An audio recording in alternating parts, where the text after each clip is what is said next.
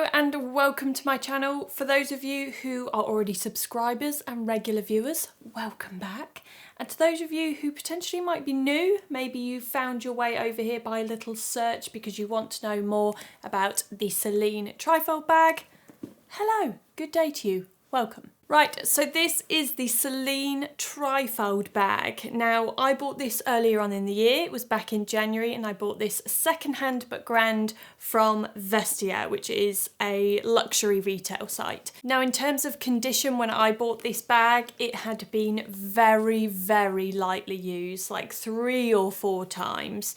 And yeah, when it arrived, I was really happy with the condition of it. And that's primarily what I tend to look for when I'm looking at bags off Vestiaire. I look for bags which are either like completely unused, like unwanted gifts, or I look for bags which have been very, very lightly used, and I always make sure that I check all of the photos to see any wear on the edges or any stains, marks, scratches, and that kind of thing. Now, as I always do with all of my luxury reviews, I like to make sure that I use the item being reviewed for a good few months so that I can really get used to the pros and cons, and so that I can give you guys my honest thoughts on the bag.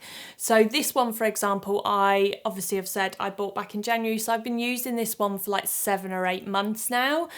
Granted, obviously, because of the restrictions and lockdowns at the start of the year, that meant that I wasn't really using the majority of my wardrobe because we were just indoors.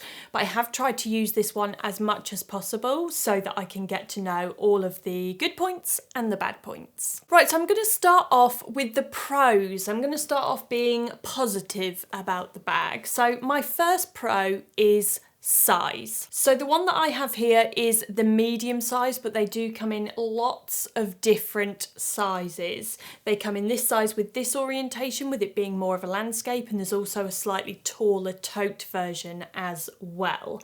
But this one here is the medium size, so that's kind of what I'm going to go off. Now, in terms of space inside the bag, the layout is that it has, as the name would suggest, trifold. There are 3 compartments. So there's 2 open compartments either side of one central zip compartment. Now, the zip compartment here in the centre, as you can see, I've just unzipped the zipper, and you can see that that is now the largest compartment within the bag. It also has this other little option. If I just zipper this back up, there are actually 4 ties on the bag. So although I've said that these 2 sections here on either side, these 2 compartments are open compartments, you can close the bag with this tie up at the centre. And then, which to be honest with you, I never do. I literally did it once so I could road test it, but it's not really a function that I would use. And then, as you can see here on these, what I would call wings, there are another further 2 ties. Now, what you can do with these, you can pull in the wings of the bag. You bring both of the ties in, you tie them in the centre in a bow or a knot, whatever you prefer. And then you can still do up that zipper, and then you can tuck in the zip into the compartment if you like, or you can leave it out. And then it immediately changes the shape of the bag so that you no longer have those wings stuck out at the side. So basically you've just sort of concertinaed them in slightly, and that just makes it a slightly more modest and more boxy size and shape. Now, one question that I always get asked with regards to any of my larger size bags is always laptop compatibility. Can you fit a laptop in there somewhere? So as you'll be able to see in the cutaways, I have a 15-inch MacBook Pro, and I'm just trying to slot that one into the central compartment. So as you can see, the laptop does fit in there nicely. It pokes out a little bit at the top, and unfortunately, the laptop that I have is just slightly too big to be able to close the zipper on that central compartment. If you have a smaller laptop, and I'll leave the dimensions of my laptop down below in the description box for you so that you can double check against your own. But if you have a smaller laptop, I personally don't think there would be any issues with that. And also with regards to any kind of A4 documentation, whether it be a sort of smallish folder or perhaps some kind of pad or journal, that fits in there very comfortably with room to spare. Now, the second pro that I want to talk about is comfort, and the first element of which is the shoulder straps. For me personally, the shoulder straps can be a real deal breaker with a bag. These ones here in particular are neither too wide nor too thin. Now, when it comes to shoulder straps, this is going to be different for everyone because it is also going to depend on the form of your body and how your shoulder is. If you have slightly wider shoulders, if you have slightly more dropped shoulders, it's obviously going to vary depending on your body type. For me personally, I don't really know what kind of shoulders I have. I would just say they're just standard regulation shoulders, but for me personally, these fit just right. I don't tend to get any slipping off of the shoulder straps. Again, I think that's because they're not too wide, and I just find that they're the right width for them to be comfortable and not to dig in. Now, another element of comfort is also the fact that the bag is structured, but the leather is also really soft and supple. So once you put it on to the shoulder, it is structured and keeps its shape. However, it does also form and mould to my body. So it's not one of those bags that's really cumbersome and really stiff so that it feels like my arms have to kind of stick out. It does mould and sits nicely against my body. Right, pro number 3 is something which is quite specific to me and my style. But as I've referenced lots of times in the last few videos and probably over the last year or so, minimal branding and a minimal aesthetic is becoming increasingly more important to me. In fact, it's one of the key elements that I look for now in my bags. So I have bags like the classic bag from, again, Céline, the So Sangle by Céline. They're all incredibly minimal. There's no bells and whistles on there. Aside from these little ties on the side which you can actually tuck in, there's no crazy hardware on here, no locks, no rings, no studs, no nothing on there. It's very, very, very minimal. And the branding itself, again, there's no heavy logos, no monogramming. There's just a teeny tiny, very subtle logo just on one side of the bag. So even if you don't even like the flashiness or the attention that this teeny tiny little logo would draw, the other side of the bag is exactly the same. It just doesn't have that logo, so you could always twist it round. But to be honest with you, this logo is so teeny tiny, and that is what I love about old Celine's very, very minimal branding. Because I think the ethos of old Céline was not that the logo should do the talking. It's about the style and the construction and the design of the bag. And lastly, pro number 4 is kind of a mixture of some of the other pros, but it's that this bag has style and substance. So I've obviously just touched on the style element. I'm going to just talk a little bit more about that in the terms of this is not any kind of trend-led bag. There's nothing on here that has any kind of trend reference or element to it. As I've said, there's no heavy logos, no crazy hardware. The colour is just a very classic colour, and a lot of these bags, there are lots of different colours by the way. This colour in particular is called Havana, and it's a really beautiful, I hope it comes out on camera, it's a really beautiful deep, rich tan colour. So it's also very practical and fits in incredibly well with my wardrobe. But aside from the colour, it's just a very classic bag. I think it's quite elegant, I think it's very wearable, and it's one of those bags which is very timeless. And in terms of substance, and I think again this is generally something that goes for pretty much all of any old Céline bags, and I have a few of those now, and I have never once had any issues with quality. I haven't had any stitching problems, no zipper problems, just absolutely no issues whatsoever. I'm sure someone out there will have had a problem with an old Céline bag, and you know, there can be things which slip through the net. But for me personally, this is why I always look for old Céline, is because I know that the quality of the leather is beautiful, and I know that they will stand the test of time. Right, so those were all of the pros. Now I'm going to touch on some of the cons, and there might be a little bit of crossover here because of course it is swings and roundabouts. Some things with bags, you can't always get them spot on. So my first con are these ties, which I've already spoken about, and to be honest, I didn't really say that they were a pro. They have functions to them. I just find them a bit pointless. For a start, I think leather ties in themselves are always a little bit of a tricky thing to add to a bag. because leather ties never stay tied. So as I've already spoken about, this central tie here in the middle, I never use. I used it once just so that I could try and test it. Otherwise, I just leave them tucked in. And yeah, do you know what? Sometimes if I put stuff in this compartment here and I go to grab it and the tie flaps out, it does get a little bit in the way. However, I wouldn't chop them off just in case this bag potentially in the future needs to be sold. I very much doubt that though, but just in case, I wouldn't deface it by cutting them off. And they don't get on my nerves that much, but they are basically pointless.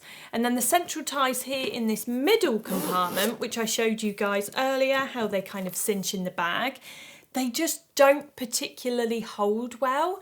There must be a certain way. I'm sure there's some yachters or sailors out there that would be able to suggest some good sailor's knots that would actually keep these together. But again, I think it's just the fact that they're leather ties, and leather ties just don't really hold very well. I just think they're a bit too thick and cumbersome and a bit too structured. I feel like if there was going to be a tie here or some sort of closure here in the middle, perhaps a lobster hook and clasp would have been better on slightly shorter ties. But that's just my opinion. On to con number 2, and I'm going to flip it over so we can see the underside of the bag. So as you'll be able to see, the bag has no feet, and that is my con. So here, this is the bottom sort of section of the bag, the main sort of base. And if I kind of tilt it, yeah, you can kind of see there as I tilt it, the front and back panels actually protrude slightly more than the bottom panels. So when you put your bag down, whether it be on a table or on the floor, guilty as charged, when you put your bag down, it's actually resting on these two edges.